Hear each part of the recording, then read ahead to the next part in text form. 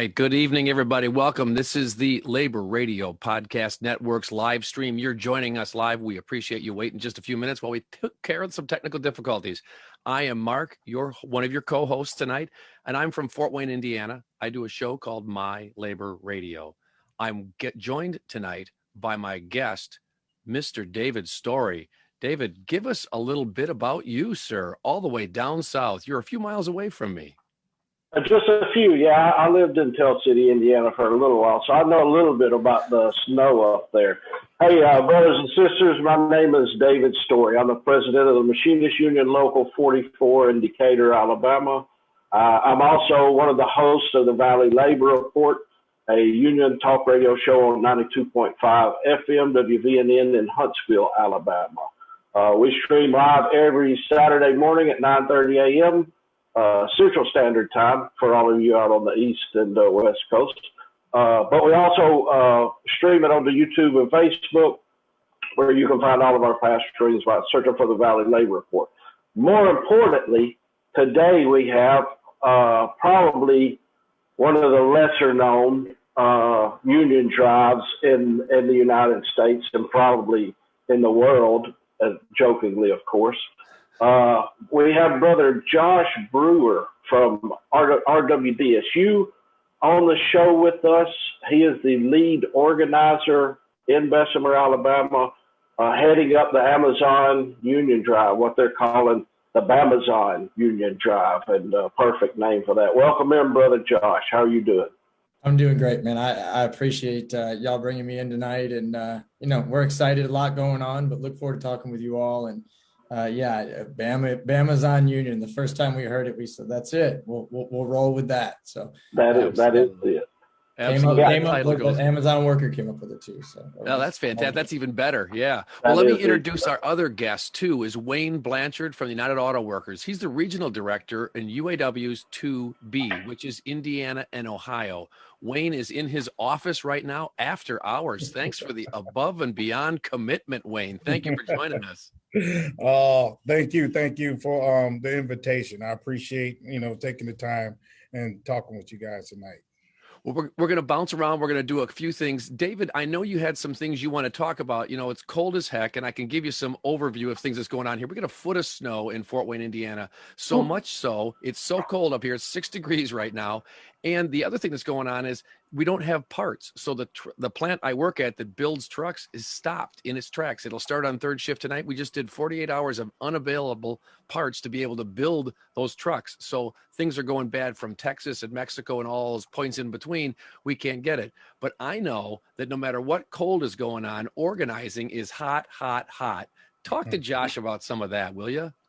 Yeah, well, I think we'll all have a little talk with him. But yeah, so I guess the biggest thing that I wanted to kind of start out with tonight, Josh, was there's a lot of talk on social media. For months it's been covered up. Everybody talking about the Union Drive. Y'all have kind of kept it close to your chest, understandably so, because it was, speaking with you last week, it was very dynamic in the way things happened.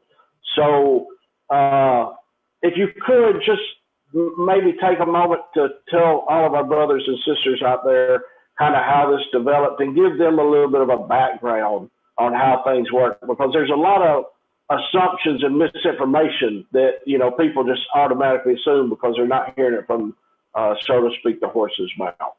Sure. Yeah, absolutely. So, look, a lot of people ask us, why Amazon? Why did you choose Amazon? Why go after Amazon? And, the premise of the question immediately signals a false understanding of labor. And it's that, we didn't choose Amazon. The workers at Amazon chose us. We're grateful for that. We see it as a responsibility. We're humbled by it. But workers reached out to us late last summer with just a variety of issues. But union folks, a lot of people that had been in unions in their past jobs or had union history in their family, had a really good understanding of labor and the benefits to forming a union. And so, look, they reached out to us and they said, Josh, we're telling you, people they're upset. Workers are upset and they feel like they've been lied to. And, one thing that's interesting for us, it was really kind of hard to, I don't want to say believe, but really wrap our minds around how a facility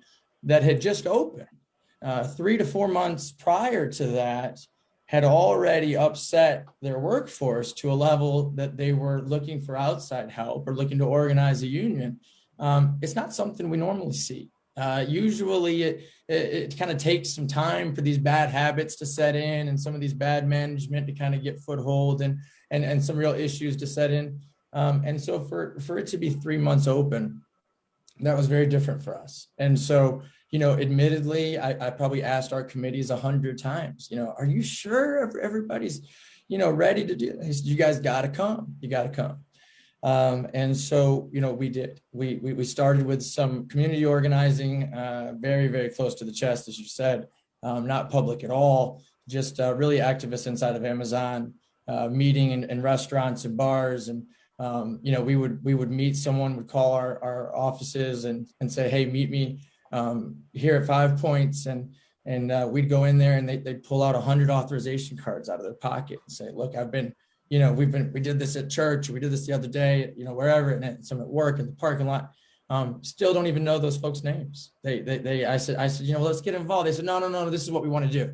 We want to keep getting cards. We want to stay on and so that went for a while. And we really realized, holy smokes, there's a lot of interest to form a union here. And so we developed a plan, met with, dozens of Amazon workers throughout July, August, September, to kind of formulate the plan. And October 20th is the day we went public. And when I say we went public, is the day that we showed up at Amazon's gates. We trained a lot of our members to come out. We knew that it would be a large scale operation. We're a 10,000 member council here in Birmingham.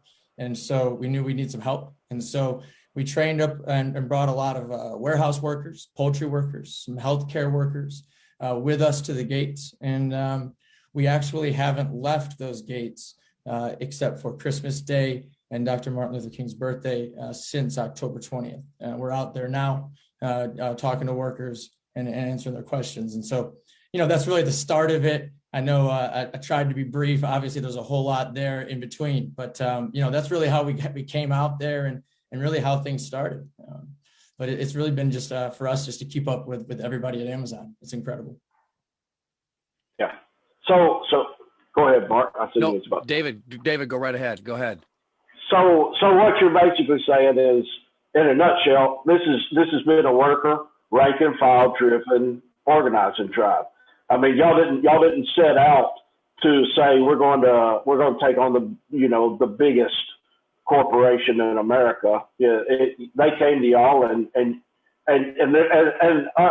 like any good organizer would, you didn't turn them away. You see, the suffering at the door and said, hey, we're going to make it work one way or the other.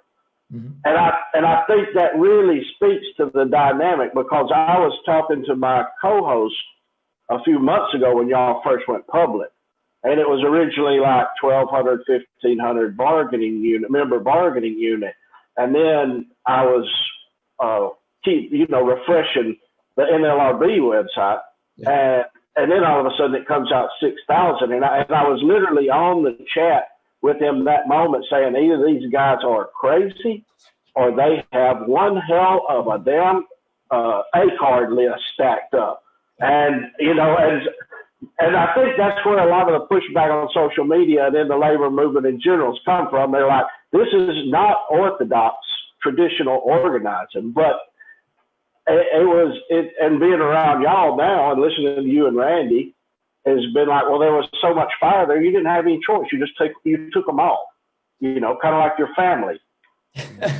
Right. Yeah, I think it is. I think there's a lot of complexity there. I think number one, Amazon came to the city of Bessemer, initially announced 1,500 full-time jobs. That was back about a year and a half ago. A lot of their public records showed 1,500 jobs. We knew there was more than 1,500, at least suspected, obviously, when we first arrived. One thing I will say is what's unique about Amazon, and really it just speaks to the level of community organizing, is there's really difficult to do workplace organizing because of COVID. Everyone works in their own stations, and then they go individually to these very individualized areas, and there isn't that sense of community in the break room. And so, there's a lot of, and then of course, Amazon is like Fort Knox with their information, internal information on anything. And so, we assessed that there was thousands of workers there. We initially filed based on just public record, essentially. But as we were filing, so one thing to also note, during the time, it actually follows our timeline, from the time we began the campaign until now. Amazon has participated in what's possibly known as the largest hiring event ever, that they've hired more workers in the last 8 months than anybody ever has. And that's been fueled by the pandemic. It's been fueled by profits. We understand Jeff Bezos' $90 billion growth in his net worth this year alone. And so actually what you saw was a little bit of both. You saw the fact that they actually did have this tremendous surge and increase in full-time employment to carry the burden and the load of the COVID orders. And then at the same point, look, Amazon was going to be in the labor movement. We know what their strategy was. They were overwhelmed. There was a movement happening. They know what a movement does, and they know how do you stop a movement. You try to delay it. You try to slow it down because it's coming and it's coming fast. They hired, some of the top Trump NLRB appointees as their legal counsel, and their sole mission was to tie that thing up for months and months on end. And so we just weren't going to allow them to do that. And so ultimately, we just made a decision early that yes, there's some groups in here that we think we could litigate potentially, but again, it speaks to a bit of a flawed labor system. We knew that would take months to litigate, and by the time we could potentially get out of that we would have lost a lot of momentum with our movement, and we were gaining cards by the thousands. And so, David, to your point, we just said, let's go. We're going to an election because you can't stop them, and we're certainly not going to get in their way. And so we just want to give these folks a chance to vote. And so there you ended up with a unit that went from probably around, fair to say, 2,000 in a matter of months to 6,000 workers. That's amazing. That's an amazing number too. I want to bring Wayne into this conversation because Wayne has been quite a while in the organization with the UAW, spent several years there. Let's just put it nicely. You've done this for a while. Regional director as of 2020, September. Does that sound right, Wayne, last year? So it's not a new thing to you, but talk about some of your organizing too, because that falls right on what Josh is talking about. Some of the organizing victories and things that you've been chasing since you've been around with the UAW and Region 2B. Well, so what's happening in America and what we see right now, just like in Alabama, is workers starting to fight back. They want a voice in the workplace.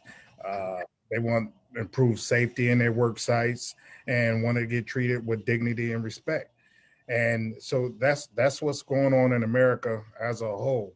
In our region, we've been successful in the last few months. We picked up a few members in Van Wert, Ohio.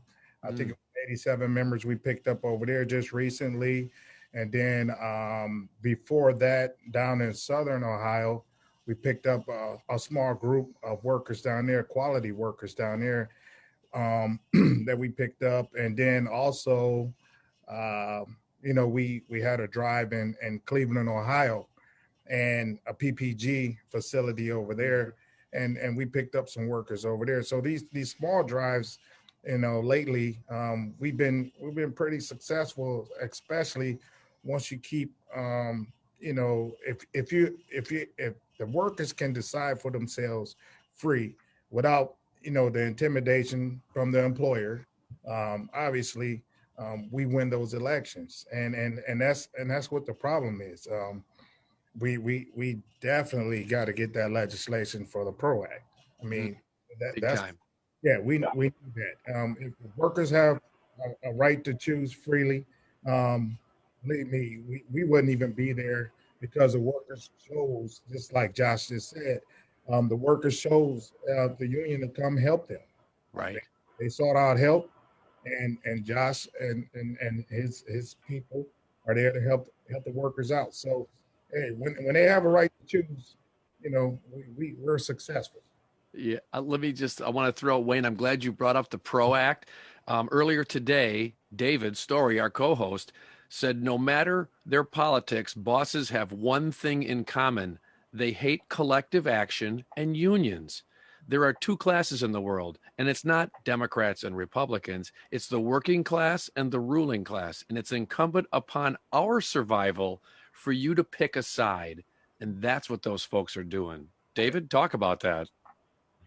Yeah, I mean, that's something that we deal with a lot in Alabama, and I think, and I'm going to throw it down to Josh because I think it's important, because some of the other negativity that I've heard, and I'm just trying to address through, you know, what is going on out there is, why in the world are we organizing in Alabama? You know, everybody's got this thought process, and they correlate being from a red state with being anti-union or being, you know, not a stronghold on the organized labor in general.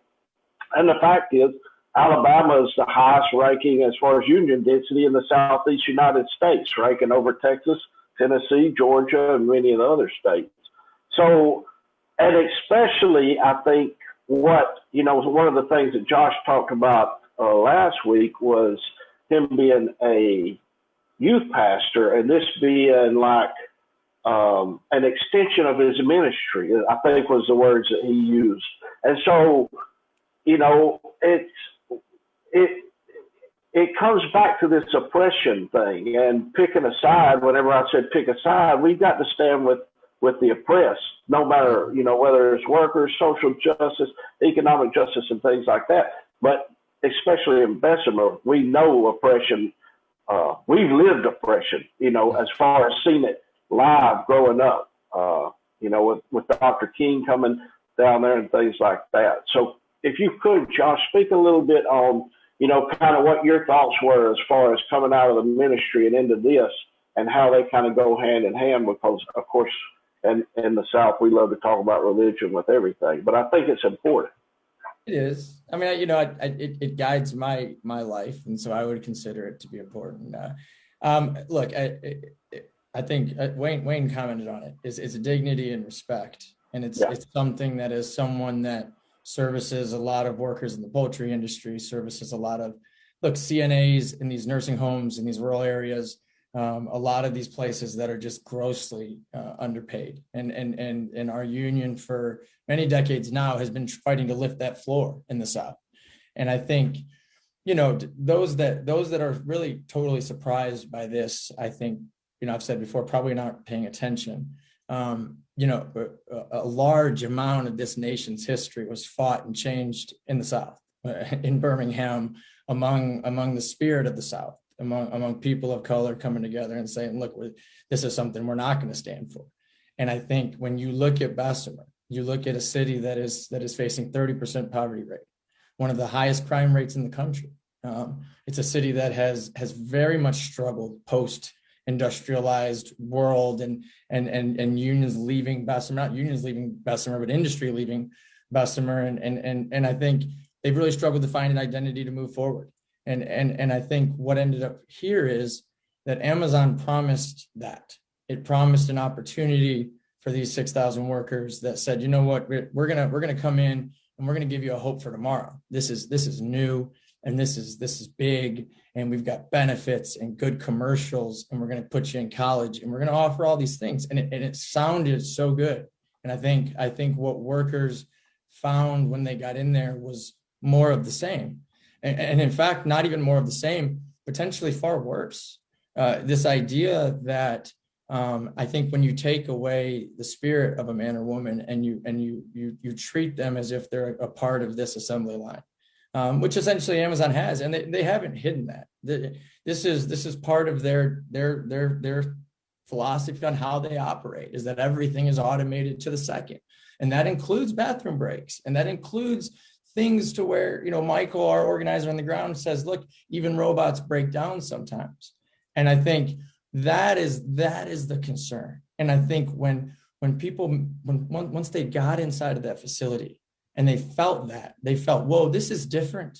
This is even different than maybe that other job I came from where that guy was not very good to me. This is a whole nother level of it. And I think it scared people. I mean, I actually believe that. I think it was like, wait a second, you're trying to take away something from me.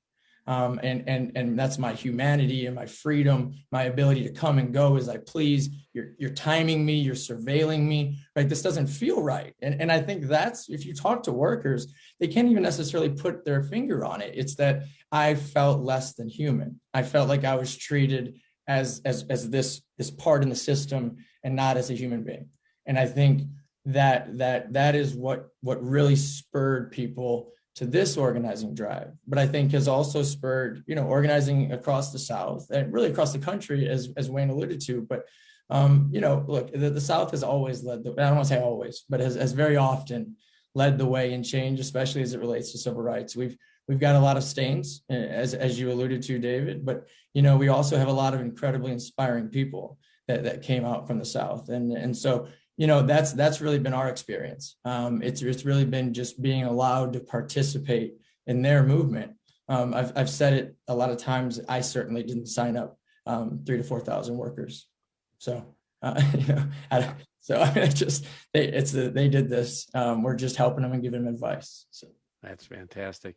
We're going to go to a break at 7:30. We've got a couple of minutes. Wayne, I wanted to talk about politics and why it's important for union members and working families in America to be involved in politics. And you hit it by talking about the PRO Act and what that's about. And people hear the name only, but why do you think it's really important for us to be involved in politics? Well, so listen, Walter Reuther said it a long time ago about what we win at the bargaining table can get stripped away at the ballot box.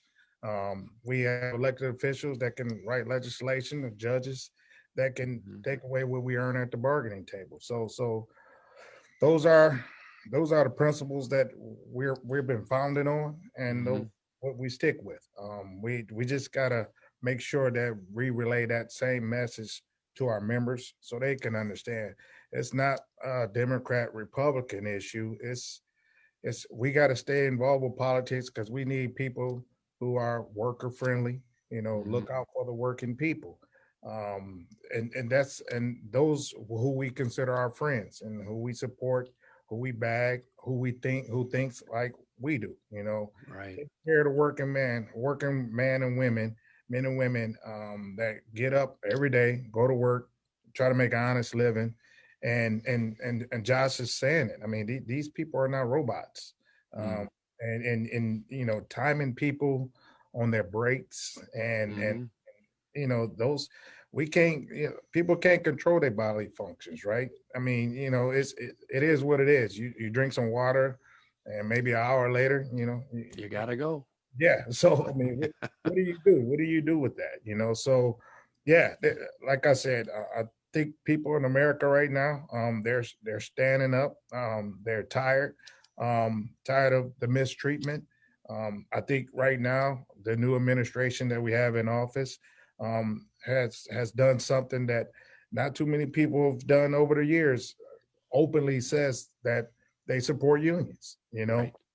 and so we need to do all we can right now as organizations to represent our members and show them that this is our opportunity right now that we need to take advantage of, as far as in the political process, like you said, Mark.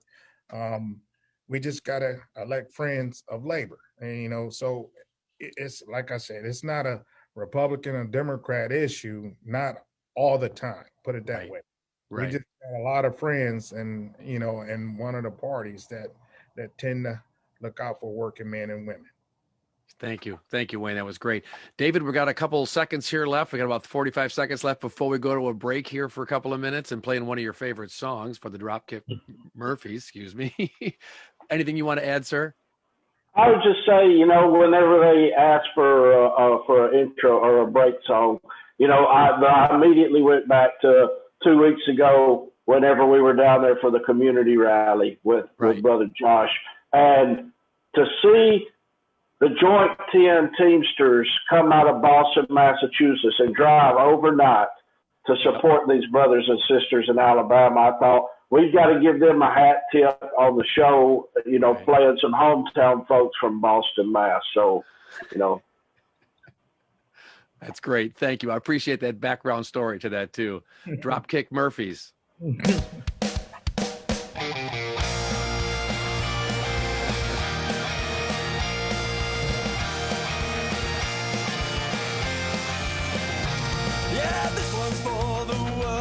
to toil night and day, by hand and by brain, to earn your pay for centuries on past, for no more than your bread, have bled for your countries and counted your dead.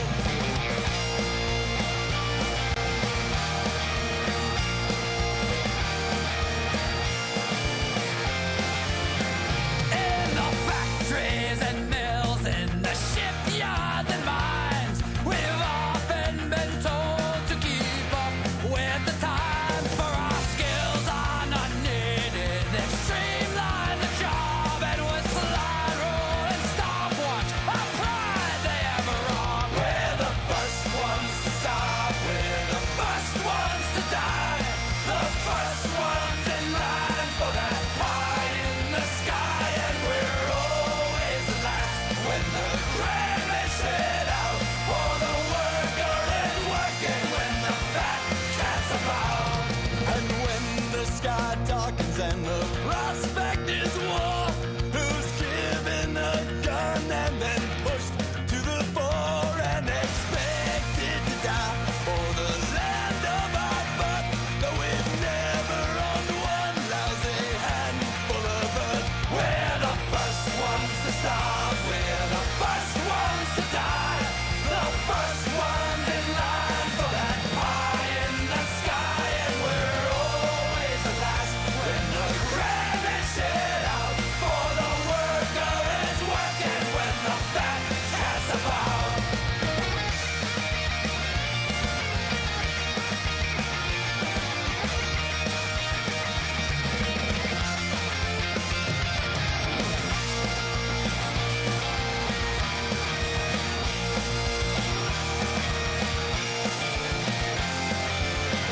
We're the first ones to stop, we're the first ones to die, the first ones in line for that pie in the sky, and we're always the last when the crab is set out, for the worker is working when the fat cat's about. We're the first ones to stop, we're the first ones to die, the first ones in line for that pie in the sky, and we're always the last when the crab is set out, for the worker is working when the fat cat's about.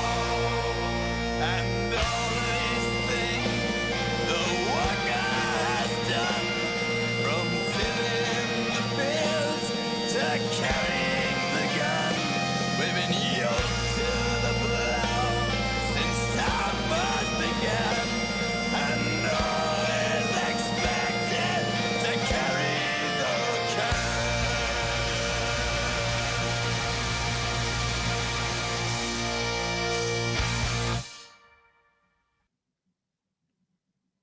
All right, welcome back. Thank you for sticking with us, folks. We got another half hour to go here. You're on the Labor Radio Podcast Network's live stream. It's every Wednesday from 7 to 8 p.m.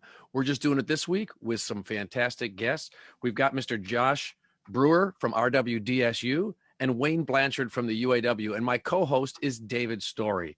David, great choice for music. Thank you, brother. That was a great break tune. Thank you. Thank you. I really enjoyed them. They're pretty much the go. They were the last live band that I seen before COVID hit with my daughters. I'm really ready to get back and see them again. Yeah, and you know, the one great thing about the Dropkick Murphys, not to interject in these brothers' time, but all of their merchandise is union made. Yeah. It's, you know, it's important to support the artists that support us. Right. So, Right. I saw them in Chicago probably 5 years ago. I thought I knew their music. I'm clueless. This whole building was just on fire inside. I know what you're talking about. There's just this feeling in there. And who thought, you know, the bagpipe, they did it. It just did it all. It was fantastic. You're right. And it's all union stuff. The hats, everything was American made, union made, all printed by union. Great stuff. That's a wonderful thing. Yeah, I would like to talk to Wayne for a minute about what UAW does, because you know, whenever I'm the president of the Machinist Union here in Decatur, we build rockets to launch satellites.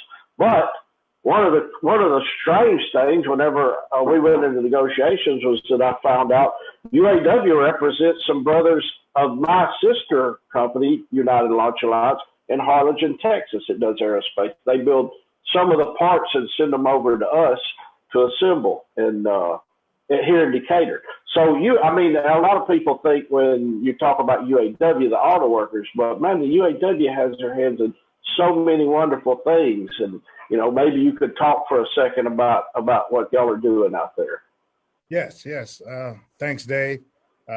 Speaking of like aerospace, we built jet engines down there in Cincinnati, Ohio. And South Bend, Indiana, one of our oldest active locals in the UAW, they build Humvees over there for our military. And so that's an honor to represent those workers over there who build vehicles that keep our military safe. And so we of course we're known for auto workers. So we got the auto workers, the big three workers, GM, Ford, and Chrysler in our region. But also, you know, we represent, you know, the medical profession. We have nurses in Toledo, Ohio. We have techs and support staff in the medical field. So we represent those individuals. We have librarians, administrative personnel in the public school system. We represent law enforcement, correction officers. So we're quite kind of diverse, you know, in Region 2B. You know, we have lawyers over there and out in California, and we have graduate students in Region 9A. So we're pretty diverse in who we represent, because at the end of the day, and just like Joshua said, these people want some union representation, and the first thing they do, they seek out, you know, someone to help them, and they get in contact with one of our organizers, and then it just takes off from there. You know, if they want help, we're there to help, you know, and we do our best to try to make sure we represent workers who's seeking to get that help. Wayne, talk about that too. When you talk about meeting with, like, whether it's graduate students or nurses, now you're dealing with someone in a different professional world. Is it tougher to negotiate with a hospital staff than it is with some auto plant or something like that, or a parts plant? Well, so to be honest, we pretty much approach it the same, right? So negotiations is the workers in the work site, you know. So the work site and a factory, it just changed the work site. The work site in the hospital. So the committee is made up of the hospital workers, right? Sure. And so they share their demands, they share their issues, and we work with them to try to accomplish that goal. So it's you know, our thing is we make sure that, you know, the workers, we survey the plants, we survey the locations. A lot of places call them demands, some of them are resolutions. It just depends on what work site that we're at. But the people, right? Because it's that myth out there, the third party, like UAW come in here. No, that's not it. It's the people. They turn in their demands, their resolutions, things that they want to see in the contract. And so we have a representative from the organization sitting right there with the committee to help make sure that we can accomplish those goals and get the best we can for the workers. So, I mean, it is different, but, you know, we approach it the same way we do everything else. It's just, you know, we're talking about different issues. Right. Well, it's always said you are the union, and folks talk about that all the time. And I'm sure Josh deals with this stuff right now too, because there's a propaganda method going on inside that facility, because they have captive audience stuff. They're going to put them in a room and tell them why that union's bad for them and why some third party is going to come down and tell them how to do everything. They're going to lose their jobs. They're immediately going to go on strike. And Wayne and Josh, you could both talk to that, but I know those are things you guys have to face all the time when it comes to organizing. Yes. Yeah, that is true. It's hard for us to get a captive audience, just like the company. They're on the clock. and the company has a right to direct the workforce. They're working for them, and so we got to catch them when they're leaving on their own time, and sometimes they're fearful for doing that because you never know who's watching. I mean, Sure. these companies, and just like Amazon, hire a consulting firm or consulting as a consultant, and to help them put on their anti-union campaign, and they spend millions of dollars to fight for what working people want. Right. Fight against what working people want. So it's just not a worker-friendly atmosphere, especially when they do that. And it make it hard for the worker to choose because they're constantly are hearing the story from the company. And just like, we're discussing right now, this third party. No, the union is the people, is what you make it once you join. I think that's probably one of the most important things or I would say one of the most unknown things whenever you start talking to people, the amount of money that is spent on these campaigns and that's something you hear a lot of the right-wing media talk about the pay, and the pay is going to drive these companies out of business.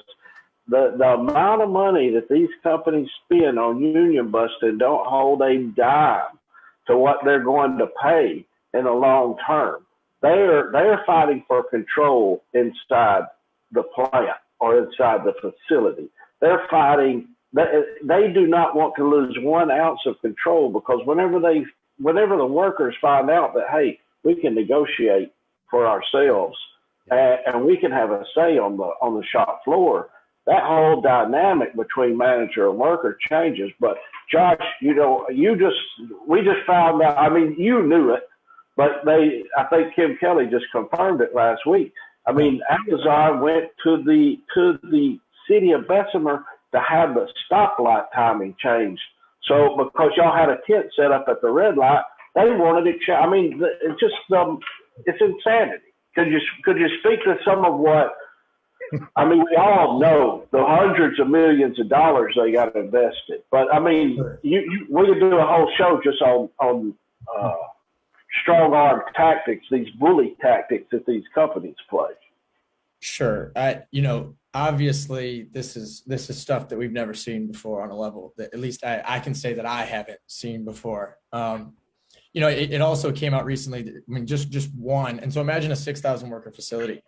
One of the contracts made its way public, and one gentleman that is doing the union busting is being paid $3,200 a day. And that's a day for one. And so Mark, I'd also mention that because of the ballots now being out, they can no longer do these captive meetings. And I'll circle back to that. But now they're using union busters for one-on-one meetings. And so they're coming to the workstations, they're talking to the workers on one-on-one basis. I don't know how many people it takes to talk to 6,000 workers on a one-on-one basis, but at $3,200 a day per person, right, it starts to get pretty crazy. And I think you look at not even just that, one thing that was so offensive to these workers is that one of their primary concerns is that they work a 10-hour day with 2 breaks, 2 30s, no 15s, no 10, no 5, no stool, no sit down. So 2 4.5-hour runs, and then they've got a 30-minute hard break. So these facilities are 16 football fields. And so a lot of workers, they get done on that hard break. They've got to walk multiple football fields just to get to the break room. By the time they get there, they eat a sandwich in 5 minutes and they make the long walk back to work. That's no break. That's no rest. And so that was one of their major concerns. Well, of course, Amazon said, well, we can't, our process, the infrastructure. But they could find 2 hours a day for the last 2 months to pull them off of their job, sit them down in captive meeting classes, and hammer them. And I think Wayne alluded to it. One thing that's important to note, the third party of the union. And I think we've got to circle this thing back, because there is no third party union. And so what is union busting, right? So this idea that union busting is about a union buster's telling them how terrible Joshua Brewer is doesn't even make sense, right? Because I'm just me and I can't possibly take on Amazon by myself. So what they're really saying is, we're going to bust your opinion. The fact that you signed union cards, they know that 3,000 folks signed union cards, or we wouldn't be in this position. And so they're telling their own workforce, right? We disagree with what you're doing. We don't support it. In fact, you're wrong. Here's why you're wrong. And they hit them with this incredible amount of misinformation. And I think one thing where people misunderstand, it's not that workers believe the lies being told by union busters. They don't. They don't believe it. What union busting does is it beats down and exhausts workers who are trying to fight. And they try to give them this idea that the rest of their life will be in constant conflict. It will be strikes and angry and this dangerous thing. I mean, and obviously, whether they say it or not, the worker is going to feel that because they're working in an environment where their boss is not supporting their decision. And they're openly telling them, we don't support your decision to do this. And so imagining just the environment that has to create in a workplace. And I think what their goal is not to convince workers to not unionize. 45% of our country wants a union right now, and they just can't get it because of the flawed system. Their goal is to just beat them to a place where they just give up. They just say, forget it. This is too much. It's too difficult. And I'm not sure that I'm ready for this kind of conflict. And that is not a free and fair democratic process, which is what the union election is supposed to be. And so it's been exhaustive. It's been constant. It's been bombarding. I think it's been known when you actually put your literature and your signage eye level to the people sitting down on the toilet, not just on the inside of the stall door, but you actually drop it to the level to where someone that is actually going to be using the facilities will see it. It really gives you this idea of what these workers are going through on a daily basis, and have been really since last fall, if you can imagine. And so it's been a war, and and they're continuing now. They're continuing today, and there will be a time and place for all of that to come up. Right now, we're going to focus on winning this campaign, and we're going to focus on giving positive change and what this thing's really about. And we'll let the chips fall where they fall, and we'll cross those bridges when we get there. But they're willing to do all things, including obliterating the law to stop this election from happening. David, you've been down the road yourself too. You've done some fun organizing as a leader in your local union too. Have people come to you that are outside of your union and have said that they wanted to be how do I get into a union? Do you hear that as a regular call too? Oh yeah, I mean it's a daily thing, here in Alabama, and I think that's probably one of the misconceptions outside of our region is, what we alluded to earlier with it being a red state. That it's not the worker oppression in this state. Labor laws in general, what businesses are allowed to do to workers. I mean, I read articles about workers standing on the line in diapers because they couldn't get bathroom breaks, and this is stuff that goes back. This is worse than just average everyday business practices. This is like Josh and like Wayne said earlier, this is stripping somebody of their human dignity. I mean, we've come full circle to where, and I think that's one thing that we preach constantly is this isn't, in the past, in the civil rights era, this was a black thing versus everybody else.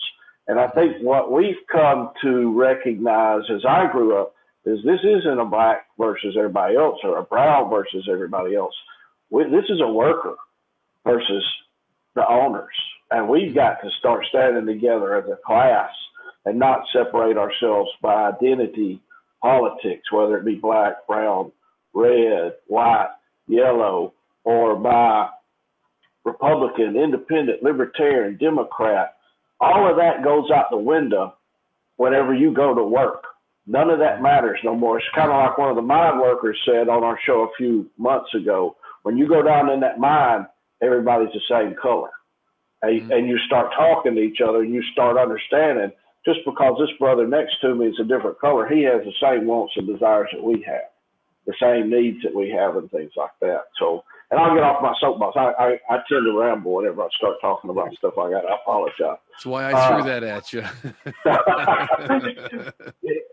So we got about 10 minutes left. Josh, in just a few minutes, could You know, you had the community event last week. I seen right before we come on the station, on the stream, y'all released an unbelievably good new video out there with one of my fellow friends, Kathleen Kirkpatrick, and there's numerous community people standing up. You had the NFL. Give us some insight, if you could, and I know I may wind up having to get my pliers out and pry a toenail off. Give us some insight about how this is going, you know, as far as the data goes. Are we looking good? Are we, you know? Sure. And if you don't want to say, come and go pound sand. But I know there's a lot of people out there. There's a lot of people out there. I mean, literally, you know this. Yeah. I've got to be the one to put the pressure on you and say, come, give us something. Sure. Give us something. Sure. No, I have no problem. You know, look, we're talking to workers every day. You know, it's the time of COVID. It's a challenge. It's 6,000 workers.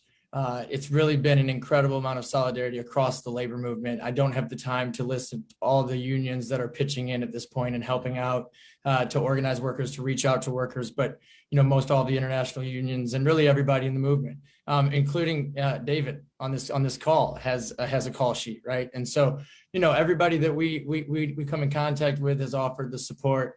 The rally was great. I think workers, you know, look, Amazon, again, back to the bathroom breaks. Amazon shut the facility down, or nearly let all the workers go home early so that they couldn't see that we had a community support rally. And when you start to look at the level of mind games and how deep this thing is that Amazon's trying to do here, I think that also backfired. I think workers got home and turned on their 6 o'clock news and thought, you know, holy crap, this is why we got a short day today, because they were going to be out there at shift change to support us. I think these things, you know, workers are really seeing through, at least that's our hope, a lot of what Amazon is trying to really do, which is essentially just keep them from knowing that the whole world supports them, and that our country supports them, that our president supports them, that their family supports them, and the city of Bessemer supports them. And so, you know, I as far as how we feel, we feel confident that we're going to win. You know, we feel excited. We feel that, you know, we know for a fact we have thousands of workers in that facility that are supporting us, that have continued to support this effort. And so, you know, we're pushing through, you know, as fast as we possibly can. And I'll be honest, it seems that Amazon is worried. Amazon seems scared. The more desperation that they continue to do, the more they can, you know, as terrible, they're squirming right now, and it gives us a level of confidence that they're seeing the same things we're seeing. But look, we're in a fight. I mean, it's being called David and Goliath for a reason. One day we'll compare our budgets and see, you know, who spent what on this campaign. And I would imagine that our budgeting is very, very fractional to the amount that Amazon is. And so, you know, look, it just shows you can't hold down the spirit of people. And that when people come together, amazing things happen. And you know, we started just trying to get a bathroom break. Now we're closing it down for rallies. We're getting the whole afternoon off.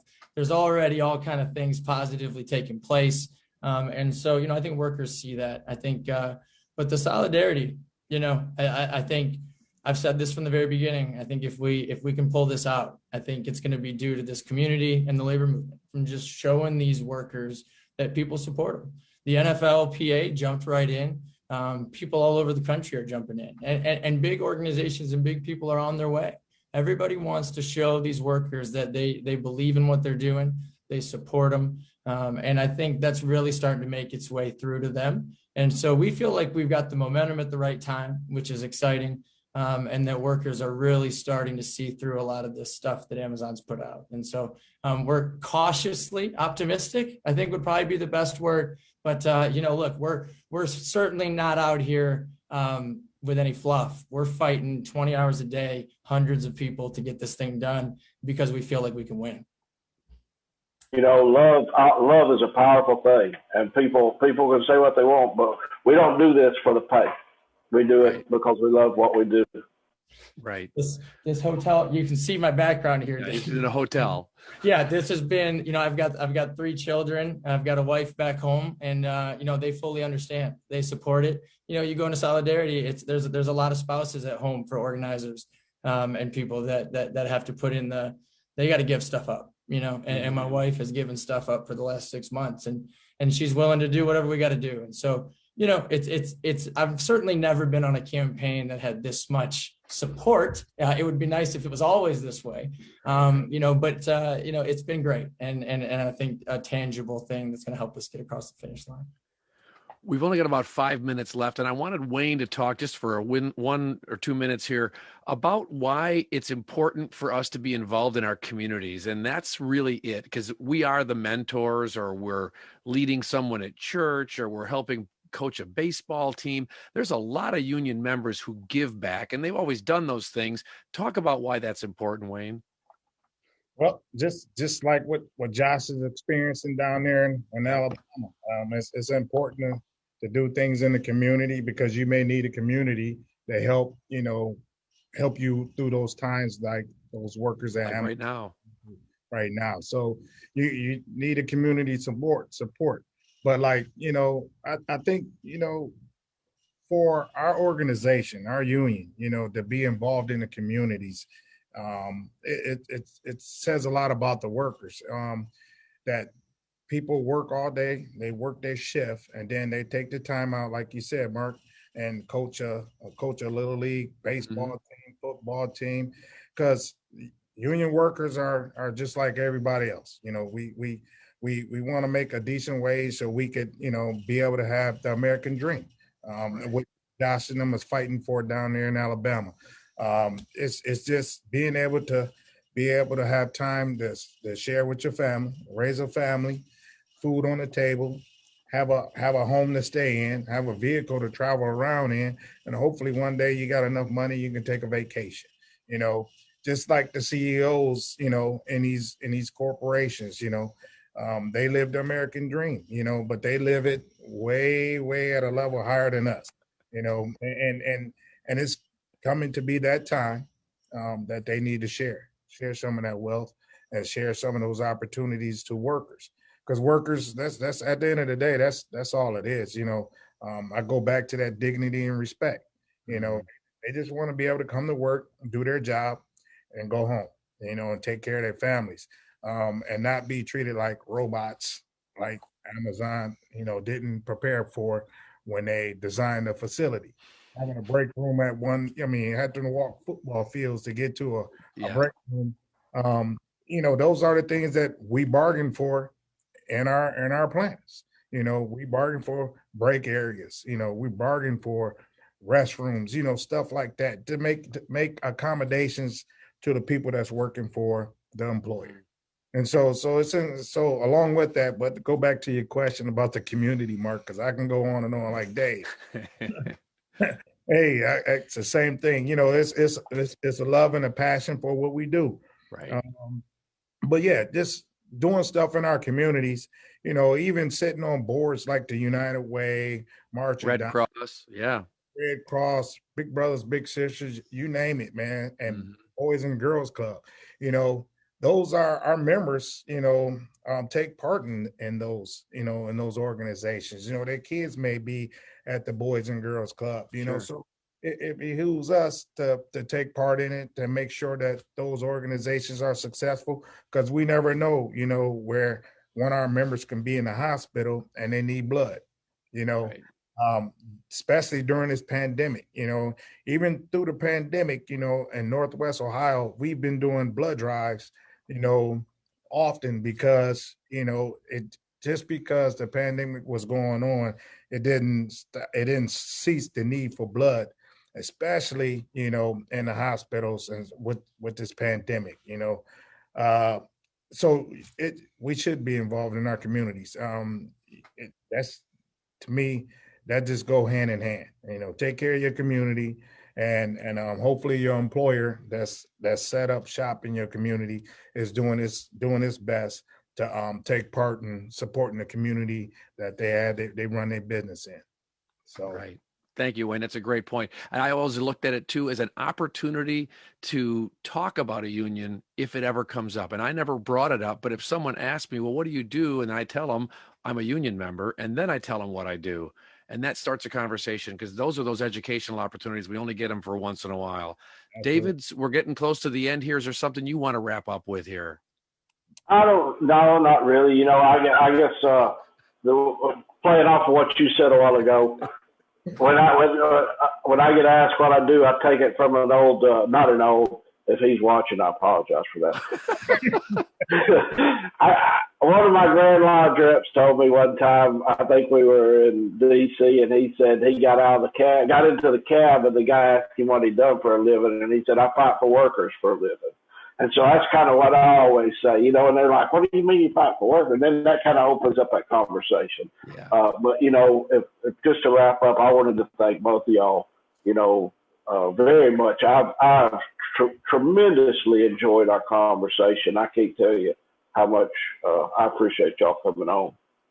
Thank you, Dave. And hey, hats off to you, Josh. That's special work that you're doing, taking care of those workers, trying to deliver that dream for them. And I take my hats off. Organizers, that's probably the hardest job in our organization, man. And it takes a special person to do it. And it looks like you the guy that's up for the job right now. So hats off, man. I appreciate all the work you're doing down there in Alabama. Josh, anything you want to wrap up with us? No, Wayne, I appreciate that. And you know, yeah, it's you know, sometimes Johnny Whitaker always says, you know, why old birds don't ever do the stuff you do. He said, we already figured out we can't do that, right? And so, you know, it's like, you know, I mean, people say, you know, you gave it, it's like, well, we didn't really know we couldn't yet. And so we're gonna keep taking shots. I think you said something that was important, Wayne, for this time in this space. I think the beauty of the labor movement is that it's a movement, and that we need to your point, we need to always be bringing up the next generation of people behind us to pass this thing too, because that's the singular most important part of our campaign. If you look at the notes and the conversations that we've had with workers, again, if we win, it's because aunts and uncles and grandparents and parents shared why this was important, and they knew that going into it. That's how we change things, and I think that's super important to note. So I appreciate that. Well, I want to thank you guys for joining us. It's a wonderful show. David, thank you very much for representing, wearing a PBR hat. I got to tell you, the first beer I had when I was way too young was a PBR, brother, and I appreciate the hat. That works great tonight. Also want to thank you guys for joining us. Wayne Blanchard, who's the regional director from UAW in 2B, which is Indiana and Ohio. So, Wayne, how many members total in Indiana, Ohio? Well, so right now we're around 70,000 active members, and probably I will say like 130 retired workers. Fantastic. Thank you. Great data. I appreciate that. Josh Brewer from the RWDSU. Josh, that's a good size union. You got some numbers, not just in your area, but like can you give us a number for the United States for RWDSU? I believe we're pushing around 100,000. I don't know that through the international. I know we've had a lot of great organizing victories recently. I know we just had 750 workers at Housing Works New York vote to organize, and you know, our council ourselves, our Mid-South Council, went from 5,000 to 10,000 members in the last 5 years. Great. So you know, we're growing as fast. Like you said, it's hot. Organizing's hot. Organizing's hot. We can. Yeah. That's great. I got to thank my co-host too, David Story. Thank you very much for all of your input. I follow you on Twitter. If you're not following the Radical Unionists, get a grip and do that. We also have to thank Chris Garlock from Union City Radio as one of our producers of the show tonight, as well as Evan Papp at Empathy Labs. And there's some great stuff. You follow him on YouTube. You can find some Empathy Labs stuff. You can also follow him on multiple social media platforms. My name's Mark. You saw David. You know where Wayne's at. And there's Mr. Josh, too. Thank you very much for joining us every Wednesday from 7 to 8 p.m.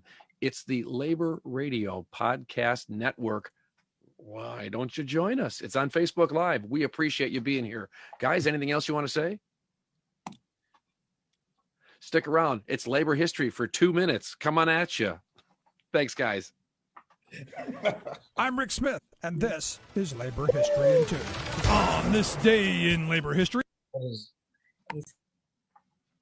I'm Rick Smith, and this is Labor History in 2.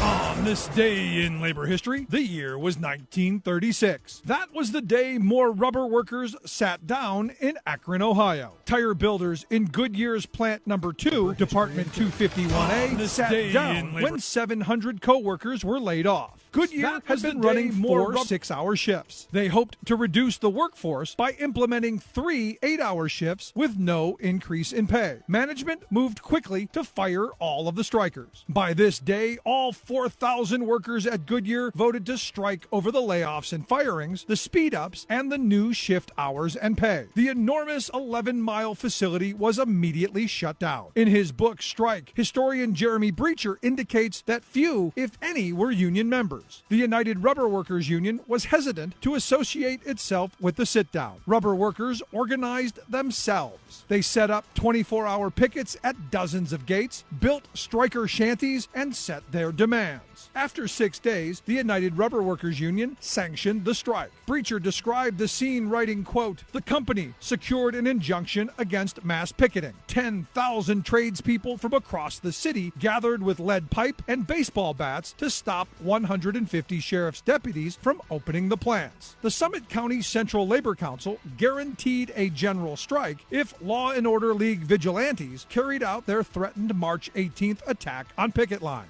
The vigilante movement was paralyzed. Federal mediators demanded a return to work and arbitration. Workers responded, no, 1,000 times no. I'd rather die than say yes. Finally, Goodyear capitulated on most of the demands, except formal recognition of the union. Rubber workers returned to work largely victorious. After renewed struggles, workers finally won union recognition a year later.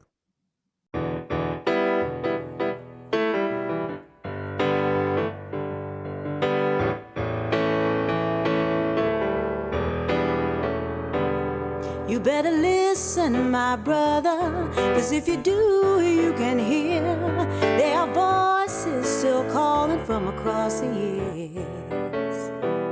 And they're crying across the ocean, they're crying across the land, and they will until we all come to understand.